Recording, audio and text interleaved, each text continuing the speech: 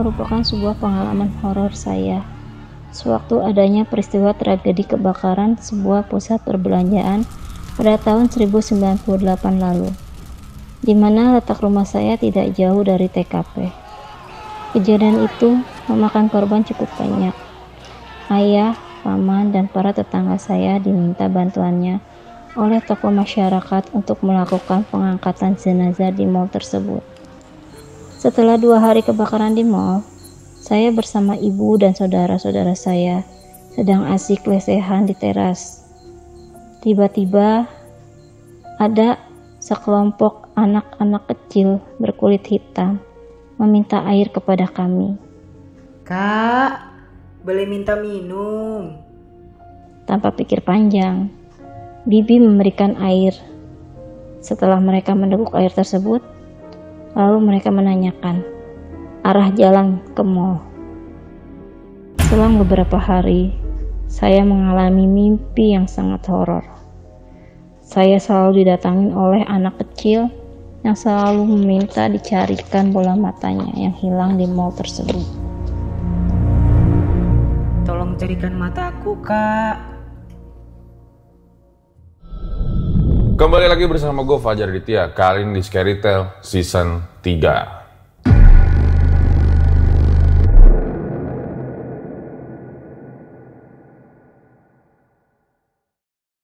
Jadi guys, video Scary Tale pada kali ini agak sedikit beda ya, dimana kalau di bulan Mei itu ada sebuah kisah kelam ya dalam perjalanan bangsa Indonesia, di mana pernah terjadi kerusuhan ya, tepatnya di tahun 98. Gen Z udah pada lahir belum?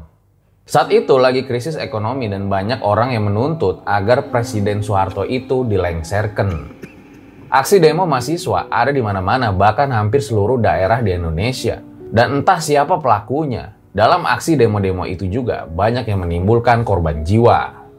Puncaknya adalah ketika tanggal 19 Mei 1998 nih, mahasiswa saat itu berhasil menduduki gedung DPR atau MPR. Hingga akhirnya, di tanggal 21 Mei 98, Presiden Soeharto menyatakan mengundurkan diri. Dan sejak saat itulah berakhirnya era Orde Baru. Terus cerita horornya di mana bang? Entar dulu dong. Semoga kejadian ini menjadi pelajaran buat kita lah, bahwa nggak ada tuh kekuasaan yang abadi. Langsung aja lah kita mulai video pada kali ini. Pesan gua, jangan kalian skip nih cerita yang terakhir. Langsung aja, berikut adalah ceritanya.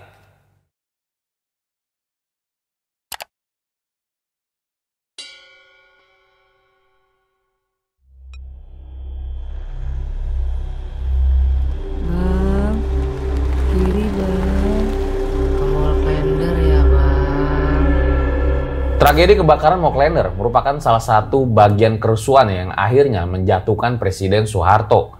Pada tanggal 15 Mei 98, ratusan warga ini lagi menjarah mall tersebut karena katanya diprovokasi oleh sekelompok pria.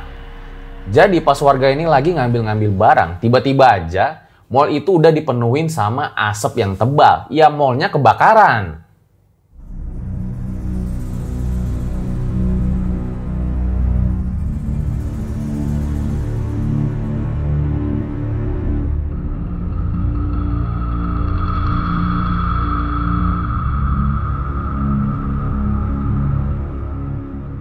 Dan tragedi kebakaran Mall Klender ini mengakibatkan korban jiwa sekitar 488 orang. Dan pasca kejadian tragedi Mall Klender ini, katanya ya banyak yang mengalami kejadian-kejadian horor. Seperti salah satunya nih yang gue temuin di Line Today dan beberapa media-media lain. Langsung aja. Pada saat itu ada seorang pria nih yang baru aja pulang dari rumah temennya di Buaran. Nah, dia pengen pulang tuh ke rumahnya di daerah Rawamangun, Jakarta Timur. Karena emang udah malam hari, transportasi tuh udah mulai jarang ya. Dia bingung tuh mau naik apaan gua, hingga akhirnya dia nemu tuh sebuah angkot nomor 27 ya, jurusan Buaran Rawamangun. Angkotnya tersebut telah terisi beberapa penumpang dan tanpa menaruh rasa curiga, dia langsung naik tuh angkot tersebut. Dan ketika berada di dalam, dia entah kenapa ya ngerasa suasana itu kayak suasana horor gitu loh. Dan pas dilihat satu-satu, wajah para penumpang tuh kayak pucat dan bahkan nggak ada satupun penumpang yang berbicara. Sang supir angkot pun diem aja tuh, nggak ngomong apa-apa. Dan pada saat angkot itu sampai di depan Mall Klender, beberapa penumpang itu turun. Dan ngerinya setelah turun, tubuh dari para penumpang itu kelihatan kayak gelap gitu, seperti bekas luka bakar. Dan pada saat itu juga, pria tersebut mencium bau seperti daging terbakar. Dan setelahnya, para penumpang itu berjalan memasuki Mall Klender. Padahal kan pada saat itu, mallnya lagi kebakaran. Nah ternyata cerita-cerita kayak gini tuh dapat kalian temuin di beberapa artikel ya. Dimana ternyata udah dijadiin film horor juga di tahun 2014. Ya apapun itu, semua kejadian ini dapat kalian ambil pelajarannya. Buat kalian yang punya pengalaman horor nyata, bisa kirim cerita kalian ke email rjl5 atau DM Instagram rjl5.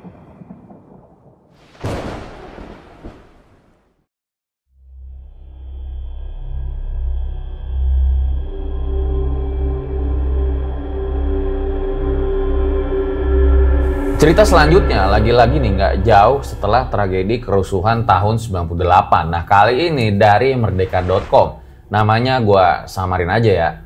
Kali ini kisahnya dialami oleh seorang pemuda. Sebut aja namanya Yamato. Saat kejadian kerusuhan itu berlangsung, ayah Yamato tuh mencari Yamato untuk mengajaknya segera pulang dan melarangnya untuk ikut menjarah. Namun naas, Yamato yang saat itu hanya menonton, kaget ketika mendapatkan kabar kalau ayahnya itu ternyata pergi ke tempat yang sama. Sampai 3 hari kemudian, ternyata ayah Yamato masih juga belum ditemukan. Dan pas lagi siang hari nih, saat Yamato lagi di rumah, tiba-tiba aja dia didatangi oleh seorang pemulung. Nggak tahu gimana ceritanya, tapi pemulung itu bilang, "Hei, ada yang nyariin kamu tuh di lantai 3 Mall Yogyakarta. Posisinya tepat di sebelah tangga jalan." Yamato bingung dong, maksudnya gimana sih ini? Hingga pas dia pengen nyari pemulung itu lagi, ternyata pemulungnya udah hilang. Yamato pun langsung keingetan tuh akan ayahnya. Langsung aja dia menuju mall tersebut bersama abangnya. Dan setelah di sana, dia bersama orang juga yang melakukan evakuasi. Hingga di luar dugaan, jasad dari ayah Yamato pun ditemukan di lantai 3 di bawah tumpukan. Ciri-cirinya saat itu adalah jam tangan yang dipakai ayahnya masih utuh dan enggak kebakar sama sekali. Apakah pesan itu sebuah kebetulan? Entahlah, tapi yang jelas mari aja kita doain ya, semoga para korban dapat diterima di sisinya.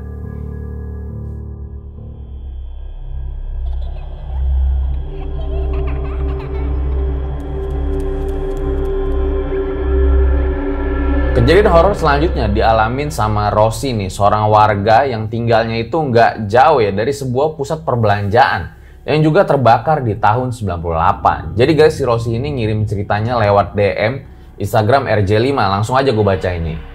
Setelah tragedi yang kelam itu terjadi, banyak orang yang mengaku katanya mendengar-dengar suara minta tolong lah, lihat penampakan di tempat Rosi tinggal. Awalnya Rosi tuh nggak kayak terlalu memikirkan hal itu ya, hingga kejadian ini juga malah menimpa si Rosi.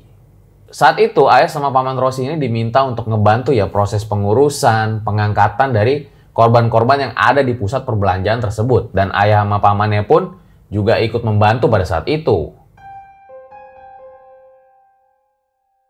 Sampai suatu ketika, Rosi ini duduk di teras sama bibinya. Dimana yang kayak tadi gue bilang, rumah mereka tuh nggak terlalu jauh lah dari lokasi kebakaran pusat perbelanjaan tersebut. Hingga tiba-tiba aja ada beberapa anak kecil sedang bermain. Dan nggak lama, anak-anak kecil itu menghampiri mereka untuk meminta minum. "Kak, boleh minta minum?" Pada minta minum. Dan nggak lama, anak-anak kecil itu juga pada bertanya ya, arah mall itu lewat mana sih? Ya udahlah, akhirnya dikasih tahu dong sama bibinya Rosi. Dan sebelum pergi, anak kecil itu juga sempat ditanya ya, "Kalian ini habis main dari mana? Kok kulitnya terlihat gosong?" Tapi anak-anak itu hanya tersenyum saja tanpa menjawabnya. Dan gak lama, mereka pun mulai pergi. Gak lama paman Rosi pulang ke rumah. Di situ Rosi menceritakan kejadian aneh tersebut. Di mana anak-anak kecil itu cukup aneh karena kulitnya itu seperti gosong. Dan yang lebih anehnya lagi, kenapa anak-anak itu bertanya mengenai mall tersebut? Karena kan mall itu udah hangus terbakar. Dan karena merasa tidak beres dan juga takut dengan keadaan, akhirnya mereka masuk tuh ke dalam rumah. Hingga nggak lama mereka malah ngedenger ada suara tawa wanita yang melengking dari atas pohon depan rumah. Ternyata kejadian horor itu nggak berhenti sampai di situ. Beberapa waktu kemudian saat Rosie ini baru pulang kerja, dia itu bermimpi ya didatangin oleh sosok anak kecil. Anak kecil itu meminta tolong agar Rosie mencarikan matanya yang hilang. Tolong carikan mataku, Kak.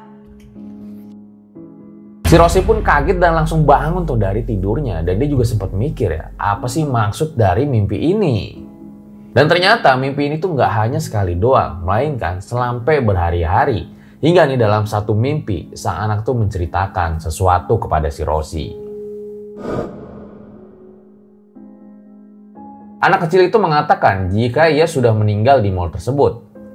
Pada saat kejadian, anak kecil itu pergi bersama bapaknya, niatnya untuk menemui jasad ibunya.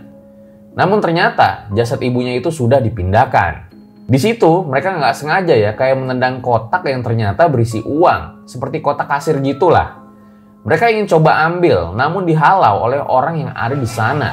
Anak kecil itu juga didorong oleh seseorang yang nggak tahu siapa dengan tongkat.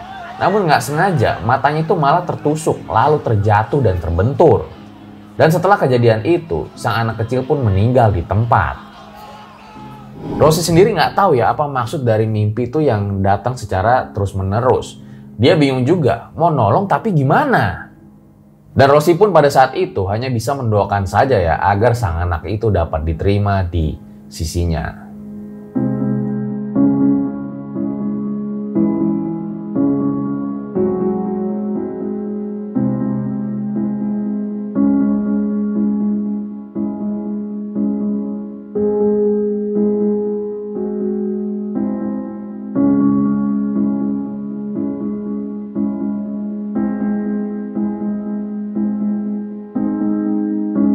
Tolong carikan mataku, Kak. Itu dia guys, beberapa kisah yang terjadi di tahun 98, tepatnya di bulan Mei ya. Semoga nggak terulang lagi lah ke depannya di negara kita. Dimana ngeri banget ya kalau rakyat itu udah nggak percaya sama pemerintah. Kalau kita baca lembaran-lembaran sejarah itu, demo-demo mengerikan itu memang pernah terjadi, bukan hanya di Indonesia. Nah, sesuai janji gue sama kalian ya, di setiap video Scary Tale gue bakal bacain komen-komen dari kalian nih. Ada satu komen nih yang dulu tuh berhubungan sama tahun 98 ya. Dari Umi Nasiro. Wah, bener-bener lihat di depan mata waktu tragedi ini. Sumpah, bingung juga. Walaupun masih bocil, tapi kenapa waktu itu berani nonton sendiri di seberang mallnya. Padahal kondisinya kacau banget. Banyak penjarahan dari warga sekitar. Dan almarhum Mustafa kakaknya teman saya, jadi tahu banget ceritanya. Belum lagi after tragedi banyak cerita horor, sampai ada angkot yang bawa penumpang dan semua minta turun di mall itu, pasti tengok jadi gosong semua. Loh, ini kok sama kayak cerita yang pertama gue tadi ya? Kalau kalian misalnya punya cerita ya, pengalaman tentang horor, bisa banget juga loh komen di bawah atau langsung aja deh isi formulir nih yang ada di kolom deskripsi. Siapa tahu cerita kalian bakal gue bacain di Scary Tale atau diundang di Om Mamat.